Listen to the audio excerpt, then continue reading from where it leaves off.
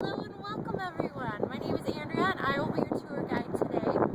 Now has anybody ever been on a tour of the outside of the GIA before? No? Okay. Well, today we can experience it all for the first time together. Before we get going, I'd like to just go over a few things with you. We are outside. It's a little chilly, so I'm glad you're all bundled up.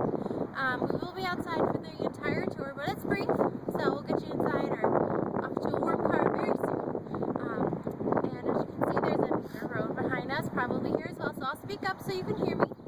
But please stay close to me and keep up if you can. There are benches on this side of the building and on the other side where we're going to end up.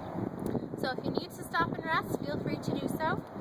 Okay, so let's get going. We'll get started. Just follow me this way.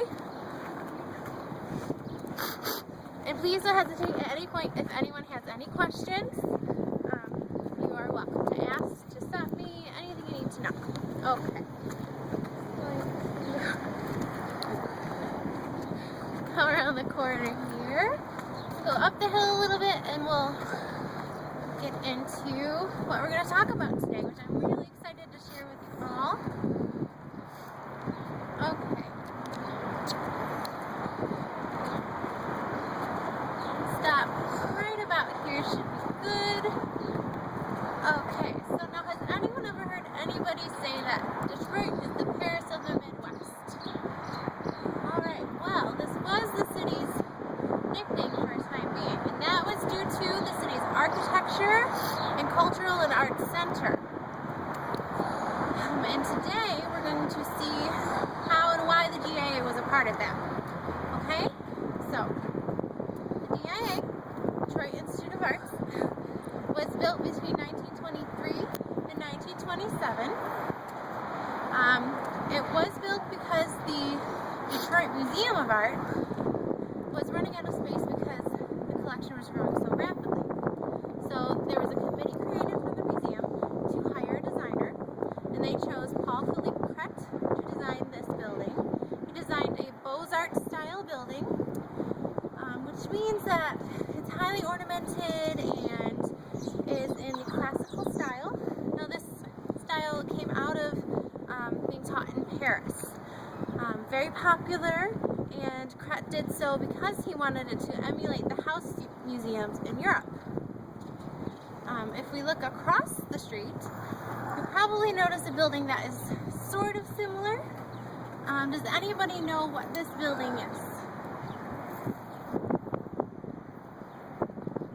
That is the Detroit Public Library, and it was also designed in the Beaux-Arts style. Now, has anyone noticed any other similarities between the buildings?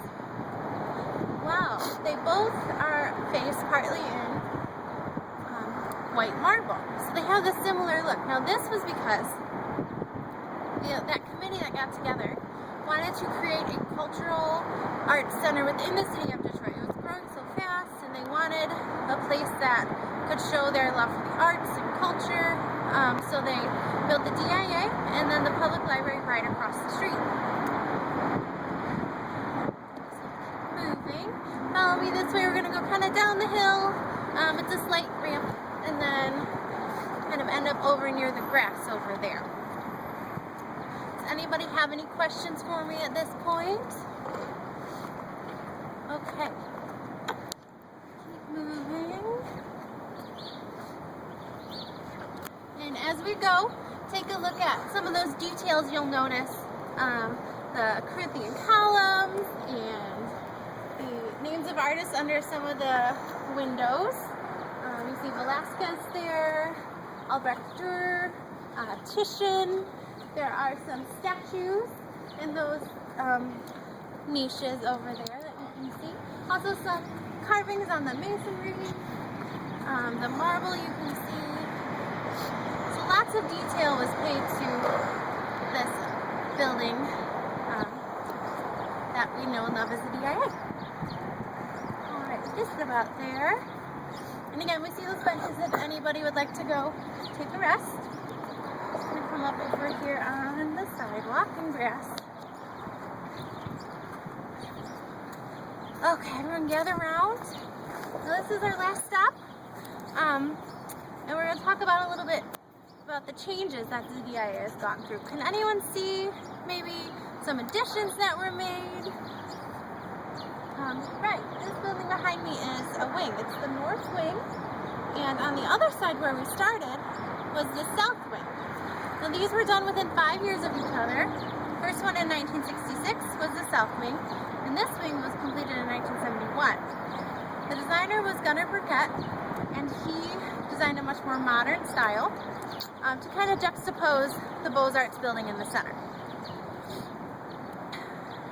And though, you know, changes have kind of happened to the DIA, it is still a thriving cultural and arts center that committee was hoping for. So now we have not only the library across the street, but the DIA and also 3 other museums in the area. So really that has really come to fruition and tied into what is now known as the Cultural Historic District of Detroit, helping to emulate what goes on in Europe and Paris. So I hope you can kind of see how and why Detroit was considered the Paris of the Midwest, with the grand architecture, especially with a place like the DIA. Now, does anybody have any questions they want to ask before we end? Okay, well, I have a question for all of you. Do you think Detroit could still be considered the Paris of the Midwest? Just think about that as you go about your day or your visit, as you look around and things you notice. And I also urge all of you to, of course, visit the inside of the DIA because they have wonderful collections.